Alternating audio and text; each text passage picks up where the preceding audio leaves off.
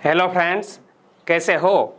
जी के 2020 YouTube channel में आप सभी दोस्तों का हार्दिक स्वागत है।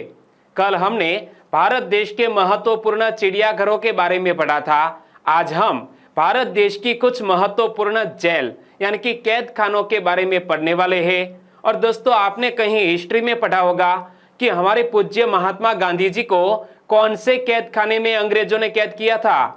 ऐसे ही हमारे भारत देश के महान क्रांतिकारी शहीद भगत सिंह को कौन से कैद खाने में फांसी की सजा दी गई थी। ऐसे महत्वपूर्ण फैक्ट भी इस वीडियो में शामिल है। तो वीडियो में आप लास्ट तक बने रहिए। लास्ट में कमेंट सेक्शन में जरूर बताना कि यह वीडियो आपको कैसा लगा। ओके, और आप चाहे कोई भी एग्जामिनेशन की प्रिपरेशन कर रहे हैं, लेकिन आपके सिलेबस में यदि इंडियन हिस्ट्री है तो हमारे इस वीडियो से निश्चित तौर ही मदद मिलेगी। ओके, चलिए बिना वक्त गवाए स्टार्ट करें। तो आज का हमारा टॉपिक है भारत के चिड़ियाघर, जेल एवं पुस्तकालय।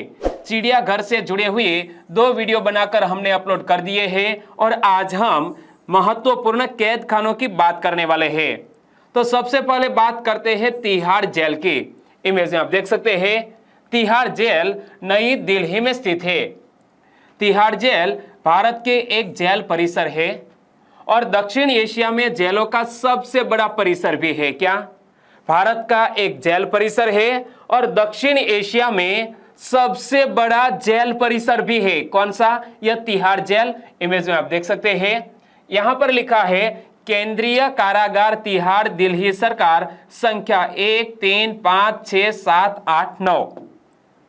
दिल्ली में 3 अहम कारागार है जिनमें तिहाड़, रोहिणी और मंडोली शामिल है। दोस्तों, नई दिल्ली में 3 कारागार है। इनमें से एक है तिहाड़, दूसरी रोहिणी और तीसरी है मंडोली। तो तिहाड़ में 9 सेंट्रल जेल आते हैं और यहां पर मैंने आपको दिखाया कि यह केंद्रीय कारागार तिहाड़ में 9 केंद्रीय जेल आते हैं। बाकी सेंट्रल जेल रोहिणी और मंडोली में शामिल है। जेल परिसर तिहाड़ गांव में स्थित है। याद रखना, यह जो तिहाड़ जेल का परिसर है वो तिहाड़ गांव में स्थित है। दोस्तों, गांव के नाम पर ही इस कैद खाने का नाम रखा गया है। तिहाड़ की 9 जेलों में कैदियों की तय क्षमता 5200 है, लेकिन यहां अभी 13,383 कैदी है। मंडोली परिसर की 6 जेलों में कैदियों की तय क्षमता 1050 है, लेकिन यहां 2037 कैदी है। इसी तरह रोहिणी जेल की क्षमता 3776 है, यहां अभी 4355 कैदी है। यानी कि जो यह कैदियों को रखने की क्षमता है उनसे ज्यादा कैदी यह तीनों जेल परिसर में है। दोस्तों, इसके पीछे की वजह यह है कि कोर्ट में मुकदमा नहीं चलने की वजह से, कोरोना महामारी के कारण कोर्ट में मुकदमा नहीं चला, इसीलिए कैदियों की संख्या दिन ब दिन बढ़ती गई। चलिए आंसर बताइए। तिहाड़ जेल निम्न में से किस शहर में स्थित है? बताइए, तिहाड़ जेल किस शहर में स्थित है? नई दिल्ली में। सही आंसर है ऑप्शन ए। एशिया की सबसे बड़ी जेल कौन सी है? दक्षिण एशिया की सबसे बड़ी जेल कौन सी है? तो भी हमारा आंसर होना चाहिए तिहाड़ जेल। आगे बात करते हैं आर्थर रोड जेल की। इमेज में आप देख सकते हैं, आर्थर रोड जेल को मुंबई मध्यवर्ती कारागृह भी कहा जाता है और यह मुंबई शहर में अवस्थित है। मुंबई सेंट्रल जेल को आर्थर रोड जेल भी कहा जाता है। क्या यह मुंबई सेंट्रल जेल को आर्थर रोड जेल भी कहा जाता है? इसका निर्माण 1926 में किया गया था। यह मुंबई की सबसे बड़ी और सबसे पुरानी जेल है। शहर के अधिकांश कैदियों को इसी में रखा जाता है। एक बार फिर से पढ़ लो, मुंबई सेंट्रल जेल को आर्थर रोड जेल भी कहा जाता है। इसका निर्माण 1926 में किया गया। यह मुंबई की सबसे बड़ी और सबसे पुरानी जेल है। शहर के अधिकांश कैदियों को इसी जेल में रखा जाता है। सेंट्रल जेल बनाने के लिए इसे 1994 में अपग्रेड किया गया था और वर्तमान आधिकारिक नाम दिया गया था, लेकिन अभी भी इसे आर्थर रोड जेल के नाम से ही जाना जाता है। यह जेल 2 एकड़ यानी कि 0.81 हेक्टेयर जमीन पर स्थित है। चलिए आंसर बताइए। मुंबई सेंट्रल जेल का निर्माण कब किया गया था? बताइए, मुंबई सेंट्रल जेल का निर्माण कब किया गया था? सही आंसर है ऑप्शन डी 1926। यहां पर मैंने आपको बताया मुंबई सेंट्रल जेल को आर्थर रोड जेल भी कहा जाता है। इसका निर्माण कब? 1926 में किया गया था। तो सही आंसर है option D. Mumbai central jail को किस नाम से भी जाना जाता है? आर्थर रोड जेल के नाम से भी जाना जाता है मुंबई सेंट्रल जेल को। मुंबई की सबसे बड़ी और सबसे पुरानी जेल का नाम क्या है? मुंबई की सबसे बड़ी और सबसे पुरानी जेल का नाम है आर्थर रोड जेल, जिसे मुंबई सेंट्रल जेल भी कहा जाता है। और दक्षिण एशिया की सबसे बड़ी जेल है तिहाड़ जेल, नई दिल्ली में स्थित है। और यह यरवड़ा जेल कहां? दोस्तों, महाराष्ट्र के पुणे शहर में। और यह यरवड़ा जेल में पूज्य महात्मा गांधी जी को अंग्रेजों ने कैद किया था। ओके, आगे मैं बात करने वाला हूं। यरवड़ा जेल किस शहर में स्थित है? महाराष्ट्र के पुणे शहर में। यरवड़ा केंद्रीय कारागार महाराष्ट्र के पुणे जिले के यरवड़ा नामक स्थान पर स्थित एक उच्च सुरक्षा वाला कारागार है। इमेज आप देख सकते हैं, यहां पर लिखा है मध्यवर्ती कारागृह यरवड़ा पुणे। ओके, यह महाराष्ट्र का सबसे बड़ा कारागार होने के साथ दक्षिण एशिया में स्थित बड़े कारागारों में से एक है। यरवड़ा कारागार की बंदी क्षमता 3600 बंदियों की है। क्या दोस्तों? यरवड़ा के इस कारागार में 3600 कैदियों को हम रख सकते हैं और यह कई सुरक्षा क्षेत्रों और बैरकों में फैला है। यहाँ एक खुला कारागार भी है जो ठीक इसके परिसर के बाहर स्थित है। एक बार फिर से पढ़ लो। यरवड़ा केंद्रीय कारागार महाराष्ट्र के पुणे जिले के यरवड़ा नामक स्थान पर स्थित एक उच्च सुरक्षा वाला कारागार है। यह महाराष्ट्र का सबसे बड़ा कारागार होने के साथ दक्षिण एशिया में स्थित बड़े कारागारों में से एक है। यरवड़ा कारागार की बंदी क्षमता कितनी है? 3600 बंदियों की। और यह कई सुरक्षा क्षेत्रों और बैरकों में फैला है। यहाँ एक खुला कारागार भी है जो ठीक इसी परिसर के बाहर स्थित है। 1930 और 1940 के दशक में भारतीय स्वतंत्रता संग्राम के दौरान यहाँ कई प्रसिद्ध हस्तियों जैसे कि महात्मा गांधी जी को इस कारागार में रखा गया था। इमेज में आप देख सकते हैं तत्कालीन वक्त की यह इमेज कि पूज्य बापू को यरवड़ा जेल में एक बंदी के तौर पर रखा गया था अंग्रेजों ने। ओके, और यह वक्त था 1930 और 1940 के दशक का। आंसर बताइए। दांडी मार्च के बाद महात्मा गांधी जी को कौन से कारागार में रखा गया था? दोस्तों, दांडी मार्च के बाद महात्मा गांधी जी को यरवड़ा कारागार में रखा गया था जो पुणे शहर में स्थित है। यरवड़ा जेल निम्न में से किस शहर में स्थित है? बात में मैंने आपको आंसर भी बता दिया।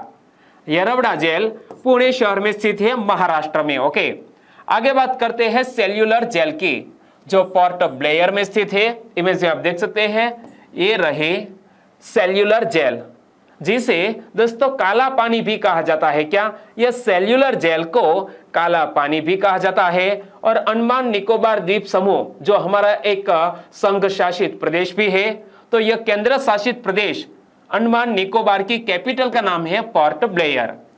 तो यह जेल अंडमान निकोबार द्वीप की राजधानी पोर्ट ब्लेयर में बनी हुई है। यह अंग्रेजों द्वारा भारतीय स्वतंत्रता संग्राम के सेनानियों को कैद रखने के लिए बनाई गई थी, जो कि मुख्य भारत भूमि से हजारों किलोमीटर दूर स्थित थी। वह सागर से भी 1000 किलोमीटर दुर्गम मार्ग पड़ता था और यह काला पानी के नाम से कुख्यात थी। क्या? यह सेल्यूलर जेल काला पानी के नाम से कुख्यात थी। और यह अंग्रेजों ने क्यों बनवाई थी?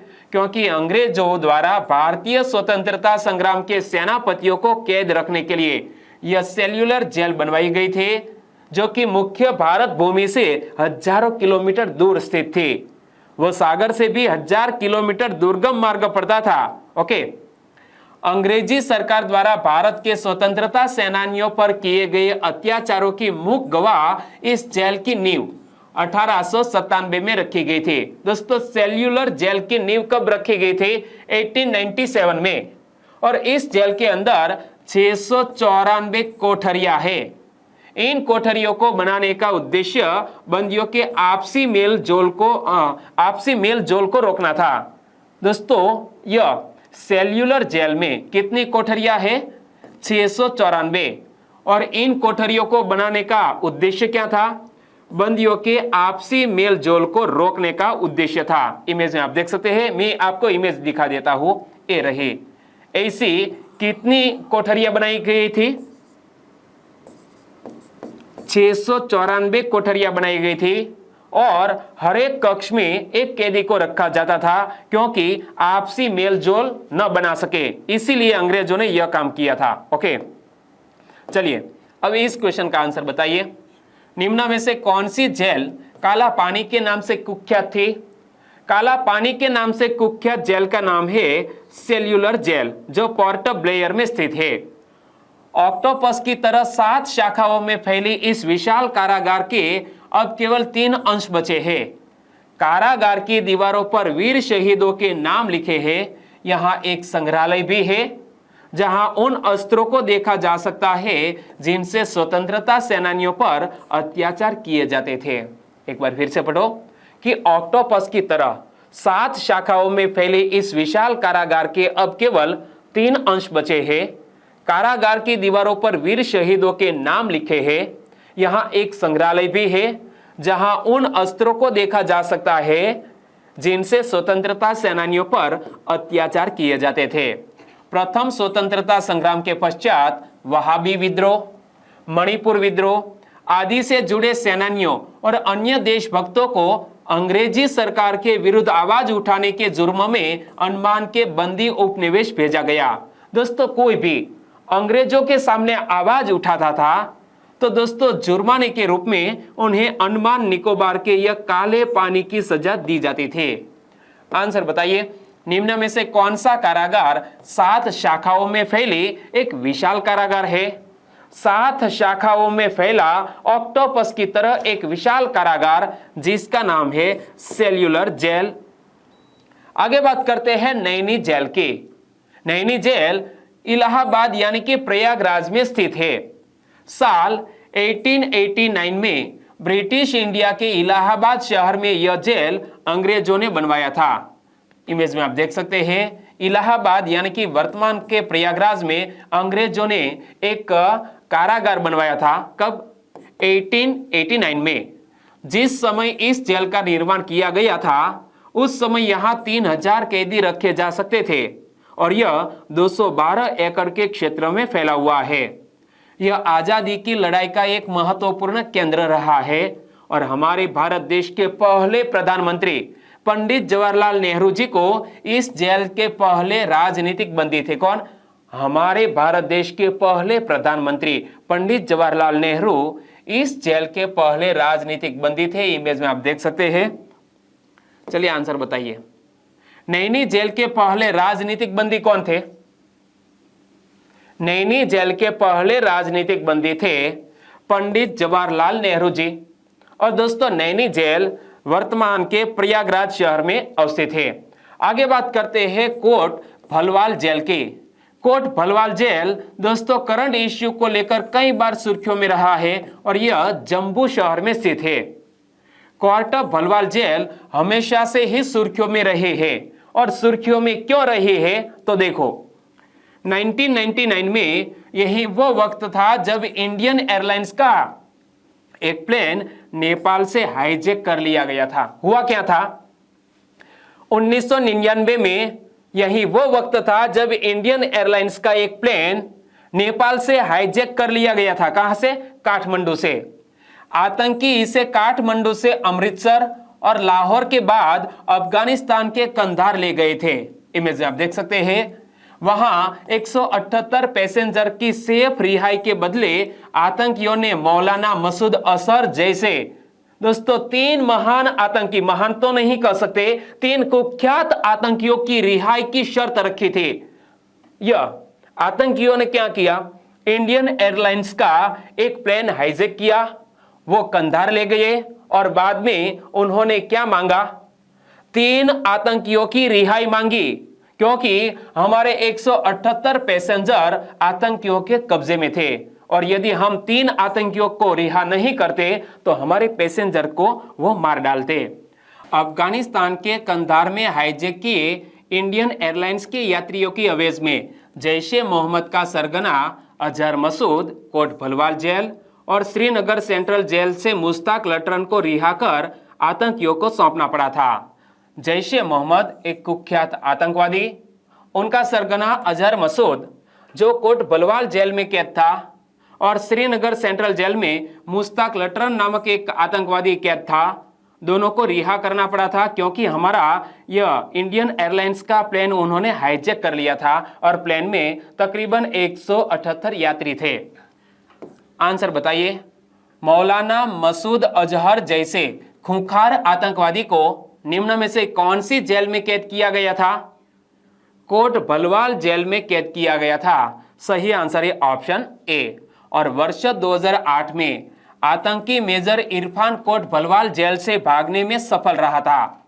इस घटना के 1 साल बाद ही पाकिस्तानी आतंकवादी सज्जाद अफगानी की सरपरस्ती में कोट भलवाल जेल में 100 फीट सुरंग खोदी गई थी, जिसमें जेल की 2 दीवारों के नीचे से खोदाई पूरी हो चुकी थी। क्या दोस्तों, सिर्फ आगे मुहाना बनाना ही बाकी था, लेकिन हमारे कुछ पुलिस कर्मियों को यह खबर मिल गई।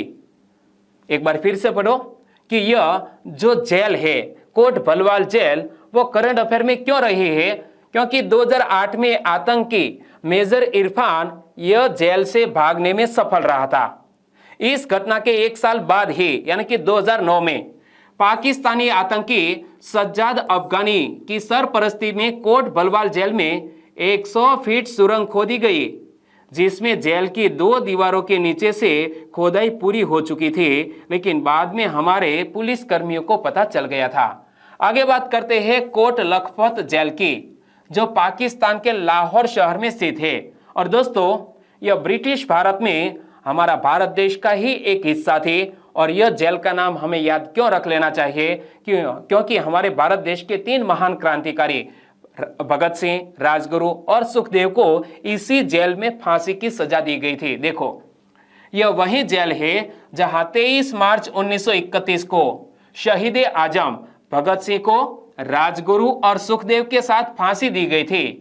इस जेल को अब लाहौर सेंट्रल जेल के नाम से जाना जाता है। याद रखना, नाम है कोट लखपत जेल, लेकिन अब लाहौर सेंट्रल जेल के नाम से जाना जाता है। और इस जेल में 23 मार्च 1931 को शहीद आजम भगत सिंह, राजगुरु और सुखदेव को फांसी की सजा दी गई थी।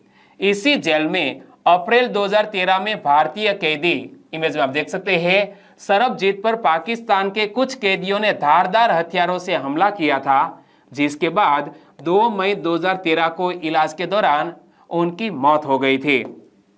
आंसर बताइए, भगत सिंह, राजगुरु और सुखदेव को कहां फांसी दी गई थी? भगत सिंह, राजगुरु और सुखदेव को कहां फांसी दी गई थी? कोट लखपत जेल में, जिसका वर्तमान नाम है लाहौर सेंट्रल जेल। ओके, तो सही आंसर बनेगा ऑप्शन बी। वीडियो को खत्म करते हैं दोस्तों। इस वीडियो में हमने भारत देश की कुछ महत्वपूर्ण जेलों के बारे में पढ़ा। वाकई में आपको यह यूनिक वीडियो अच्छा लगा तो प्लीज वीडियो को लाइक करें और आपके दोस्तों को फेसबुक, व्हाट्सएप या टेलीग्राम के जरिए इस वीडियो की लिंक शेयर करना मत भूलिएगा। बस छोटी सी उम्मीद के साथ वीडियो खत्म करते हैं। कल मिलेंगे एक नए टॉपिक के साथ, तब तक के लिए टेक केयर एंड जय हिंद।